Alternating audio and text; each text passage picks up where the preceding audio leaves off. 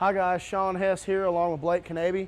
Today we're going to do an install video on the CanAm Maverick X3. We're going to show you how to install our steering rack reinforcement system. What it's designed to do is to take the play out of the front end of the steering rack, basically by making it double shear and reinforcing it so that the steering flag can't move up and down, which is a prone problem with the X3. So the first thing you do, we got to go inside and remove the boots and get to expose the steering U-joint and the bolts from the inside. In order to start installing the steering rack brace, you need to remove the steering rack to begin with. So there's 4 push-ins down here that go on this boot that cover up the U-joint. And you're going to remove those 4 push-ins to get this boot out of your way.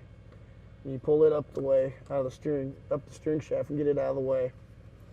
And you'll see it exposes these three nuts here, as well as the U-joint.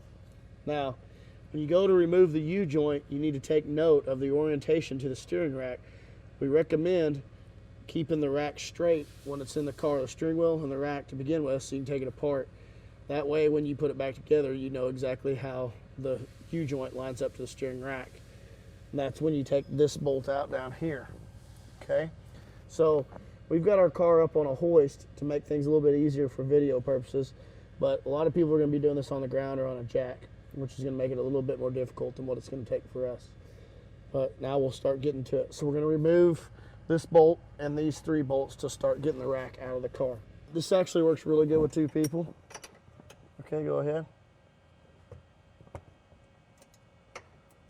And Blake's out there running the ratchet, and I'm just holding it back up in here.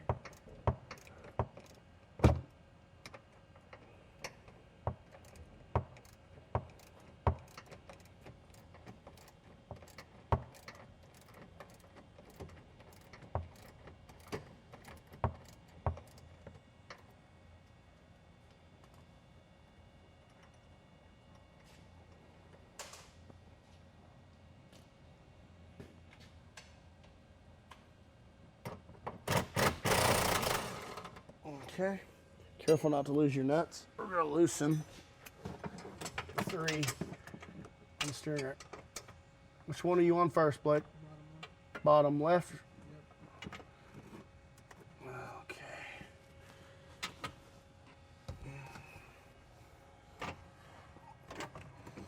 These can be tricky sometimes to get on. Okay.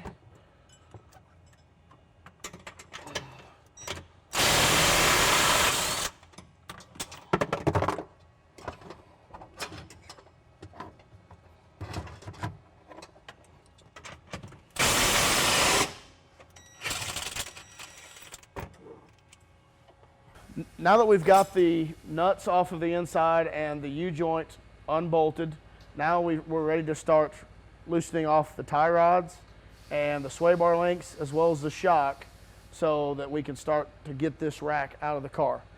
You can see that we've got ours supported on a hoist to make things easier for this video. A lot of you will be doing this with a floor jack or on the ground, which will be a little bit more difficult, but we're doing this for video's sake.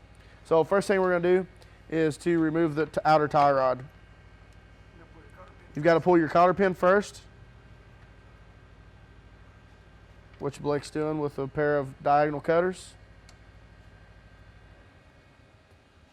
Okay, you want to save that for later.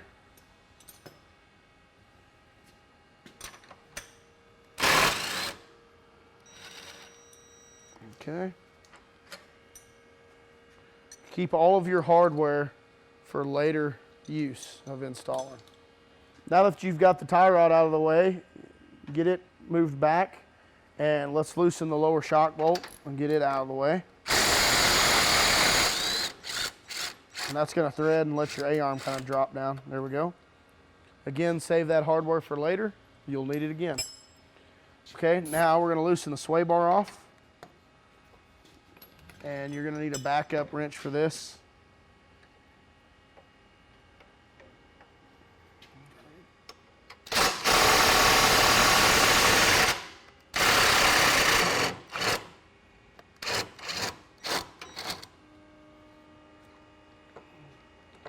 Now once you get this out of the way, the sway bar, there you go. The sway bar is going to let the A-arms drop out a little bit further, as well as let you move the shock. You're going to repeat this same process on the passenger side of the car. So you're going to get the sway bar loose, the shock, and the tie rod out.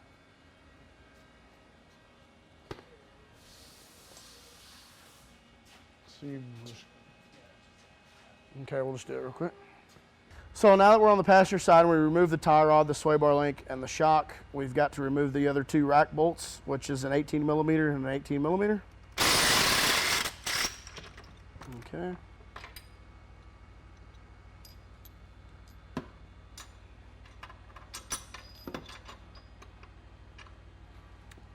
Tricky part is. You may have, this may require you to pick the suspension up to get in here.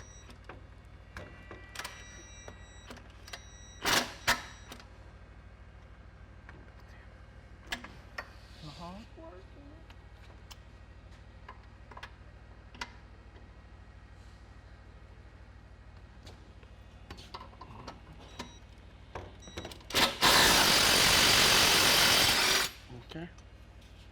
So now that we've got the rack unbolted, we've got to bring the rack out the driver's side of the car. So it works good with two people. Blake's going to start working this out and getting the U-joint slipped off of the spline, and I'm going to help guide it through from the passenger side.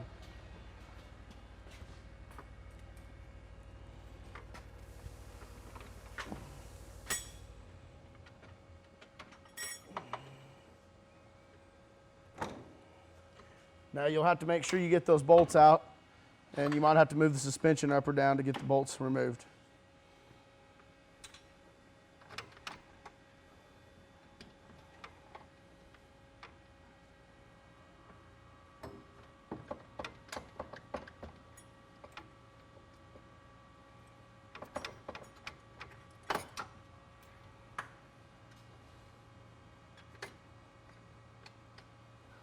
You'll also want to note between the rack and the frame is a steel plate to keep the frame from gouging into the rack itself. You'll need these when you go back together.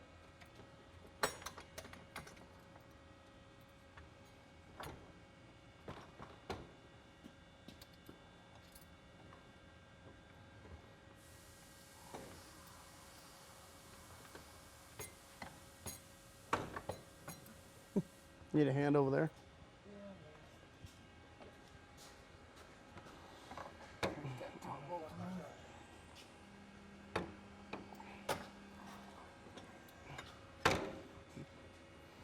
We almost need that damn shock out of the way more, don't we? There it is. Okay. Now it's ready to come away. Okay. There we go.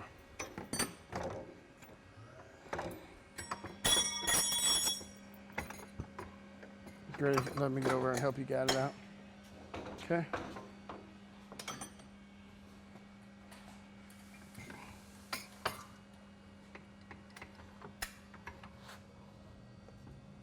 Rotate it. Rotate it. Oh, hold on. That's the problem. This block wasn't supposed to go with you. Come back my way. 1 second. There you go. So now that we have the rack out of the car, you're going to take your rack support and you're going to need to install it on the rack itself. Okay? So we're going to unbolt, we're going to start by knocking these tabs down and unbolting the flag from the rack. You're going to just bend them out of the way. And you will reuse that piece as well with the new.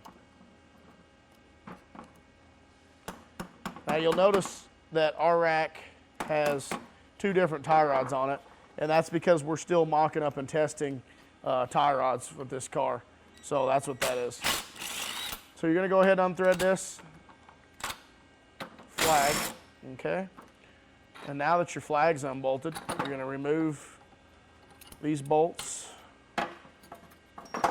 Okay, Now, you will not use the stock bolts that come out of the rack. We're going to provide bolts. So here's where this comes to play. So you're going to put your rack support on. You're going to put the flag or the lock mechanism through our piece here. And we've got bolts that come with this. A little bit tight on there. Tap that down on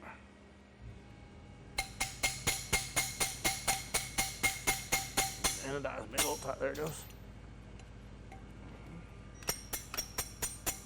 Okay. Okay. Now we've got that through there. Now you're going to position the rack support over the rack and bring the flag up underneath it. Like so. This really works if you have two people with an extra set of hands. And now we're going to bolt the flag back onto the rack. And all this will be loose on the rack until we get it all in place.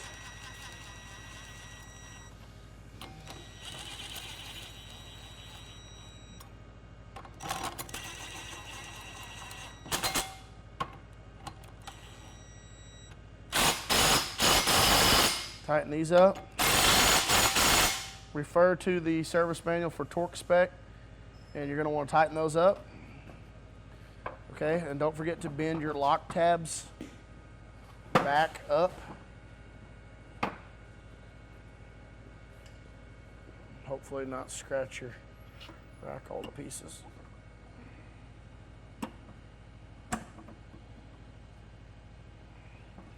You can see Blake used a channel lock pliers to do that. And that prevents your bolts from backing out.